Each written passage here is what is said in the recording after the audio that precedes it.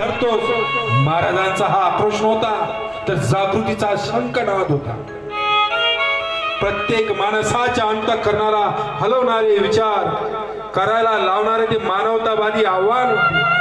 सत्याचा मार्ग मानव धर्म जप आणि माणूस म्हणून माणूस राहा, हा संदेश प्रत्येकासाठी राष्ट्रसंतांचा होता. सद्भाविको, आजचा क्षण हा उत्सवाचा नाही, तो आहे आठवणींचा, तो आहे कृतज्ञतेचा, आठवणींचा, तो आहे कृतज्ञतेचा आणि तो आहे मौनातून भाव व्यक्त करण्याचा. ज्यांच्या सहवासाने आपले आयुष्य समृद्ध झाले, परंतु आज जे देहाने आपल्यात नाही, आपल्या सर्व प्रिय दिवंगत आपल्या आत्म्यांना, भजनी प्रेमींना, वडीलधाऱ्या मंडळींना भावपूर्ण सामूहिक श्रद्धांजली अर्पण करण्यासाठी आपण येथे एकत्र आलो आहोत. माणूस जातो पण त्याच्या संस्कार जात नाही.